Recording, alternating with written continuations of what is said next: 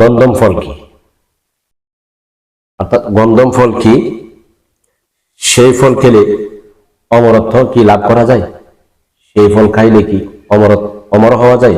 এবং সেই ফল খাইলে কি দেহ মাটিতে পচবে না? এবং সেই ফল খেলে আজীবন অমরত্ব থাকা যায়, অমর হওয়া যায়। এই কথাগুলি আজকে বিস্তারিত আলোচনা করব কোরআন সুন্নাহর ভিতরে।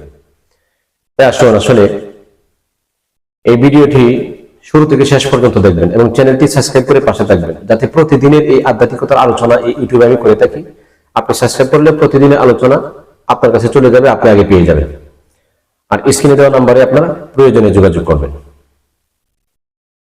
গন্ধম, গন্ধম কি? গন্ধম এটা ফার্সি শব্দ। এটা ফার্সি শব্দ বলে গন্ধম। আর এটার অর্থ হচ্ছে কারো কারো মতে চন্দন কাঠ, এবং আগে যারা পূজা করতো পূজারী কাঠ। এবং সেই প্রেক্ষিতে কোরআনে কোনো দলিল আছে? জি, আল্লাহ তাআলা সূরাতুল বাকারার 35 নম্বর আয়াতে আল্লাহ তাআলা ঘোষণা করে জানিয়ে দিলেন। আল্লাহ তাআলা বলছেন, ওয়াকুলনা ইয়া আদামু উসকুন আনতা ওয়া যাওজুকাল জান্নাতা ওয়া কুলা মিনহা রাগাদান হাইসু শি'তুমা ওয়া লা তাকরাবা হাযিহিশ শাজারাতা ফাতাকুনা মিনাজ যালিমিন। আল্লাহ তাআলা বলছেন, হে আদম, তুমি তোমার স্ত্রী জান্নাতে বসবাস করো। তুমি তোমার স্ত্রীকে নিয়ে কি করো? জান্নাতে ওয়া যাওজুকা, তোমরা দুজনে কি করো? জান্নাতে অবস্থান করো, জান্নাতে বসবাস করো, এবং যেটাই ইচ্ছে তোমরা সেটাই ভক্ষণ করো। কিন্তু হাযিহিশ শাজারাতা, ওই গাছের নিকটে যাও না। যদি যাও তাহলে তোমরা জালিমদের অন্তর্ভুক্ত হইবা। এখান থেকে আমরা পাইলাম কি? শাজারাত। শাজারাত শব্দের অর্থ হচ্ছে গাছ। আচ্ছা, আরো কোনো দলিল আছে? আল্লাহ তাআলা সূরাতুল আরাফের 19 নম্বর আয়াতে আল্লাহ তাআলা আবার বলছেন, আল্লাহ তাআলা বলছেন, ওয়া ইয়া আদামু উসকুন আনতা ওয়া যাওজুকাল জান্নাতা ফাকুলা মিনহা হাইসু শি'তুমা ওয়া লা তাকরাবা হাযিহিশ শাজারাতা ফাতাকুনা মিনাজ যালিমিন। আল্লাহ তাআলা এখানেই বলছেন যে আদম এবং হাওয়াকে তোমরা জান্নাতে বসবাস করো এবং যেটাই খুশি সেখানে যাও, সেটাই তোমরা ভক্ষণ করো, কিন্তু ওই গাছটির দিকে যাও না। ওই গাছটি কোন গাছটি? হাযিহিশ শাজারাতা, সেই গাছটিকে বলা হয়েছে শাজারাত। এটা একটা ফলদার গাছ। এটা একটা কি বলা হচ্ছে? ফলদার গাছ। তাহলে ওই গাছটির দিকে যেতে নিষেধ করা হয়েছে, আসলে ফল ভক্ষণ করার জন্য নয়। গাছটির দিকে কি করলো? এই গাছটাই হচ্ছে একটা ফলদার গাছ। শাজারাতুন মানে কি? একটা ফলদার বৃক্ষ।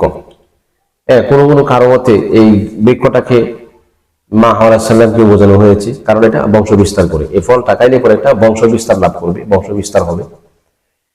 আবার কারো কারো মতে এই গন্ধমটাকে গম বলতেছে, আপেল, ডুমুর, কলা, খেজুর, এরকমও কারো কারো মতে বলা হয়েছে। মূলত কোরআন হাদিসে এরকম কোন প্রসিদ্ধ দলিল পাওয়া যায় নাই যে গন্ধম এটা বা ওইটা বা এই গাছটা এরকম ছিল, এরকম কিন্তু কোন কোরআন হাদিসে কোনো দলিল পাওয়া যাইতেছে না। হয়তো বিভিন্ন কারো কারো মতে অনেকে আবার বীর্যকে গন্ধম বলে থাকে, নাউজুবিল্লাহি মিন যালিক। এটা মন গড়া কথা। তবে মন গড়া কথা কিন্তু ইসলাম চলে না। কোরআন সুন্নাহর ভিত্তিতে কিন্তু ইসলাম চলাচল করে। তাহলে ডুমুর, ডাগর ফল, ডুমুর ফল, কলা, আপেল ইত্যাদি ইত্যাদিকে বলে থাকে, গমকে বলে থাকে যে এটা গন্ধম ফল।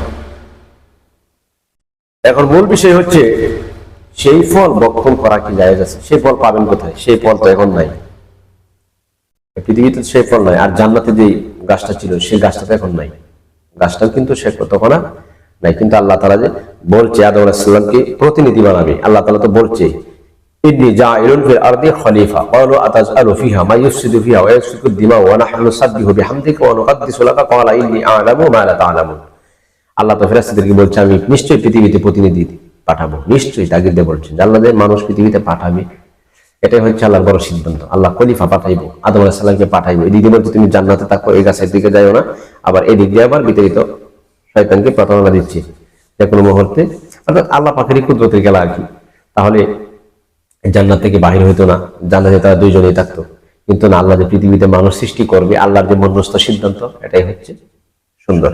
এবং কেউ কেউ বলে যে গন্ধম খাইলে অমর হয়ে থাকা যায়, অমরত্ব লাভ করা যায়, মরে না, দেহের মধ্যে লাশ পচে না, এগুলি হচ্ছে বাবা বোয়া কথা। কারণ গন্ধম তো একটা নিষিদ্ধ ফল। গন্ধম কি? একটা নিষিদ্ধ ফল। হিন্দু সন্ন্যাসীদের কথা অর্থাৎ গণ্ড মূর্খদের কথা কানে নিবেন না, যেটা তরিকতে নাই সেটাও ঢুকায় দেয়। এই জন্য এগুলি কর্ণপাত করা যাবে না। অনেকে আবার মহিলাদের যৌনিকে, মহিলাদের যে আপনার সন্তান আমরা পৃথিবীতে আসছি, মায়ের লজ্জাস্থানকে অনেকে বলে থাকে, অনেক বন্ডরা এই কথাগুলি বলে থাকে, কিন্তু মোটিভেটা ঠিক নয় বাবা। এগুলি কেন কাজ, কোন কথায় খানে দিবেন, কেন দিবেন? এগুলি খানে দিবেন না। একটাই কোরআন হাদিসে আমরা পেয়েছি, গন্ধম একটা নিষিদ্ধ ফল, যা আদম হাওয়াকে আল্লাহ নিষেধ করেছিলেন। সেটা খেয়েছিলেন, খাওয়ার পরেই কিন্তু লজ্জাস্থানগুলি আপনার বাঁচতে লাগলো, অপরিশেষ জান্নাতের বেহেশতের পাতা দিয়ে ঘুরতে লাগলো। অবশেষে পায়খানার বেগ হলো, পায়খানা হলো, সেই পায়খানা বগলের থলে রাখছিল, তখন কিন্তু গ্রাম বাহির হচ্ছে। আসলে জান্নাত তো পবিত্র জিনিস, শান্তির জায়গা, সেটাই। আজকে এখানে শাজারাতুন আমরা পেয়েছি। শাজারাতুন মানে কি? ফলদার গাছ। ফলদার গাছ। শাজারাতুন মানে কি? এখানে ফলদার গাছ। এই ফলদার গাছটা হচ্ছে আপনার এই শাজারাতুন। আর গন্ধম হয়েছে ফার্সি শব্দ। এটা কিন্তু খেয়াল রাখবেন, গন্ধম কিন্তু বাংলা নয়, এটা কিন্তু ফার্সি শব্দ। এই ফার্সি শব্দটাই, কারণ আগেকার ভাষায় কিন্তু ফার্সি এবং বাংলা ভাষা বিভিন্ন ভাষায় প্রচলিত ছিল, সেজন্য এই ভাষাতেই রূপান্তরিত হয়েছে মানুষের মুখে মুখে। যেমন নামাজ, এটা ফার্সি শব্দ। বাংলাতে দোয়া, প্রার্থনা, কমা, কিন্তু নামাজ দায়ী বেশি কয় ফার্সি। আরবিতে কয় সলাৎ, সলাৎ কেউ বলে না। তো আসলে আমার বাবা দিনা, যেখানে শাজারাতুন একজন ফলদার বৃক্ষের কথা বলা হয়েছে, গাছের কথা বলা হয়েছে, যেটা একটা নিষিদ্ধ গাছ ছিল, সেই গাছের কথা এখানে উল্লেখ করা হয়েছে। এটা ফল বিস্তার করে, এটা ফল দেয়। আল্লাহ পাখির কুদরতের মহিমা বড় অপরিসীম। তাহলে এটা অনেকে যায়, আবার অনেকে বলে থাকে যে গুরুর কাছ থেকে জানবেন, গুরুর কাছ থেকে শুনবেন। গন্ধম তো নিষিদ্ধ ফল বাবা, এটা জানা বোঝার কিছু নাই। আল্লাহ যেটা নিষেধ করছে সেটা আবার খাওয়ার কোনো প্রয়োজন নাই। আর পাবেন কোথায় এগুলা? এগুলো তো ঠিক না, এগুলো হলো বোয়া কথা। বোয়া কথা কানে দিবেন না বাবা। এই জন্যই আল্লাহ যে কুদরতওয়ালা, আল্লাহ যে আল্লাহর সিদ্ধান্তটাই যে একটা সিদ্ধান্ত, এই সিদ্ধান্তের উপরে কারো সিদ্ধান্ত চলে না, এটাই বাস্তব। কারণ আল্লাহ তাআলা তো অপরিসীম, কুদরতওয়ালা, আল্লাহ বড় জানলেওয়ালা, আল্লাহ খুব মায়াদার, খুব দয়াদার। এই জন্য সাধকগণ বলে গিয়েছেন। সাধকগণ কি বলছে? বেহেশতে হাওয়ায় আদম, তুমি নিষেধ করলা খাইতে গন্ধম। বেহেশতে হাওয়ায় আদম, তুমি খাইতে নিষেধ করিলা গন্ধম। গন্ধম খায়া হইল গুনাহগার আমার মাওলা গো, গন্ধম খায়া হইল গুনাহগার। গন্ধমের কইরা বাহানা আদম হাওয়া এই দুইজনা, আরে গন্ধমের কইরা বাহানা, গন্ধমের কইরা বাহানা এই দুজনে, হাওয়া আদম এই দুইজনা। গন্ধমের কইরা বাহানা হাওয়া আদম এই দুইজনা, পাঠাই দিলা দুনিয়ার মাঝার আল্লাহ পরোয়ার। পাঠাই দিলা দুনিয়ার মাঝার আল্লাহ পরোয়ার। মাওলা গো গুনাহগাতা মাফ করো আমার, আরে গুনাহগাতা মাফ করো আমার আল্লাহ পরোয়ার। গুনাহগাতা মাফ করো আমার, তুমি তো মালিকুল কাদির, বানাও কত বাদশাহ ফকির। আরে তোমার লীলা কুদরতের পার আল্লাহ পরোয়ার। গুনাহগাতা মাফ করো আমার। যে দয়ার শরণ দিতেছে দয়াল 350 বছর এই ববেতে, যে দয়ার শরণ দিতেছে দয়াল 350 বছর এই ববেতে, তুমি খাদাইয়া করলা বেকার আমার মাওলা গো, তুমি খান্দাইয়া করলা বেকার। দয়াল নবীর নামের গুণে গুনাহ মাফ হইল ময়দানে, দয়াল নবীর নামের গুণে, আমার নবীর নামের গুণে গুনাহ মাফ হইল ময়দানে।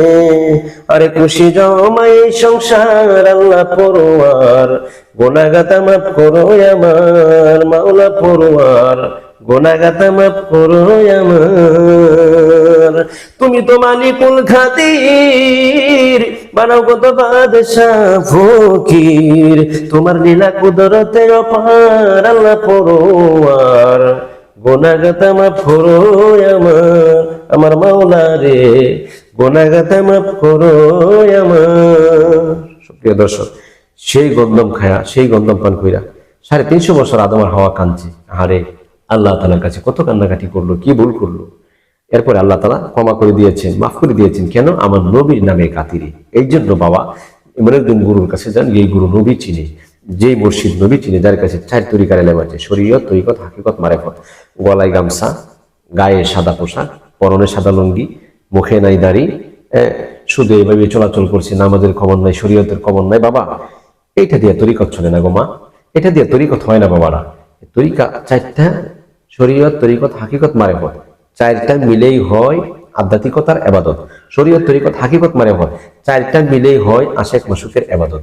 একটা তো একটা হবে না, একটা করলে আরেকটা হবে না। যে শরীয়ত আমার কাছে ভালো লাগে না, এটা ভালো লাগে না, এটা বুয়া কথা। শরীয়ত ভালো লাগবে না কেন? চামড়া থেকে আপনি উঠিয়ে দিবেন, আপনার গায়ের যে কাপড় আছে, জামা আছে, অথবা আপনার পরনে কাপড় আছে, এগুলিকে আপনি ফেলে দিবেন? আপনি তো জ্ঞানবান মানুষ, আপনি তো পাগল না। পাগলের জন্য এটা জায়েজ হয়, কিন্তু জ্ঞানবান মানুষের জন্য যেমন এই চামড়াটা জরুরি, গায়ের জামা কাপড়টা জরুরি, তেমনি ভাবে একজন আশিকে রাসূল, আশিকে ভক্ত, আশিকে আউলিয়া, জ্ঞানবান মানুষের জন্য শরীয়ত তেমন জরুরি।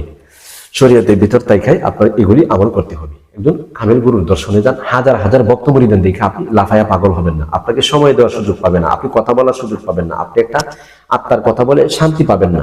এজন্য 4 তরিকার এলেম, কোরআন হাদিসের জ্ঞান যার কাছে আছে, দেখেন আপনাকে কি রিসিভ করে, আপনি তার কাছে যায় আত্মসমর্পণ করুন, একজন গুরুর সহবতে যান, তাহলে আপনি জানতে পারবেন, তাহলে আপনি অমরত্ব লাভ করতে পারবেন। এই দেহ মাটি খাবে না, এই আত্মা জাগ্রত হবে, এই কলবে নূর পয়দা হবে, এবং আপনার সাধনা করার রাস্তা খুলে যাবে, এবং সাধন ভজন করা সহজ হবে। কারণ মুর্শিদ ছাড়া সাধন ভজন হবে না, মুর্শিদ ছাড়া সাধনা করতে পারবেন না। একজন হক্কানি রব্বানি ওলি আল্লাহ পীর মুর্শিদ ছাড়া কোশ্চিন কালেও আল্লাহ রেজামন্দি করে সাধনার জগতে উচ্চ মাকামে মন্দিরে মসজিদে পৌঁছা সম্ভব হবে না। না, এটা হলো 1 নম্বর কথা। নিজে নিজে কেউ ডাক্তার হতে পারে না। একজন ডাক্তারের কাছে যায় পড়াশোনা কইরা, সে ছোটবেলা থেকে নিয়ে ডাক্তারি লাইনে পড়াশোনা করেছে, সায়েন্স বিভাগ নিয়ে, এরপরে সে ডাক্তার হয়েছে। একজন মিস্ত্রি কাজ করতে হলে একজন মিস্ত্রির সাথে প্রথমে হেল্পারগিরি করতে হবে। বাবা আগে কন্ট্রাক্টর হওয়া যায় না, ভালো কিছু করতে হলে একজন গুরুর সহবতে যেতে হবে।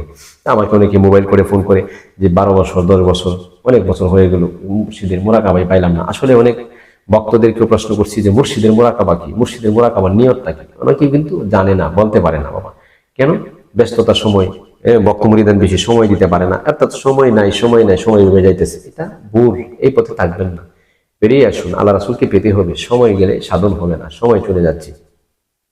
এই হক কথাগুলি বলার কারণে কিন্তু আমি আজ ইউটিউবের জগতে বা আমার এই জগতে কিন্তু মোটামুটি একটা পীরদের জন্য শত্রু হয়ে গেছি। অনেক পীরেরা আমাকে অনেক সময় মোবাইল করে, অনেক সময় কথা বলে, ফোন করে যে আপনি হক কথাগুলি বলেন, আপনার কথাগুলি আমাদের মুরিদরা, ভক্ত মুরিদদের সামনে উপস্থাপন করে, আমরা তো এগুলি দাঁড়াদারি না, আমাদের সময় হয় না এতগুলি রিচার্জ করার, আমরা কিভাবে দিব? তখন আমি বলি কি, যে সময় হয় না তাহলে বায়াত করান কেন?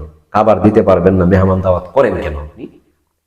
তখন কিন্তু তর্ক বিতর্ক হয়ে যায় যে আপনি হক কথাগুলি বলেন কিন্তু এগুলি বলেন না। কিন্তু আমাকে কিন্তু কেউ দাবায় রাখতে পারবেন, আমি হক কথাগুলি বলে যাবো, আর আমার ভক্ত মুরিদান যারা তারা হক পথে আছে, তারাও হকপন্থী।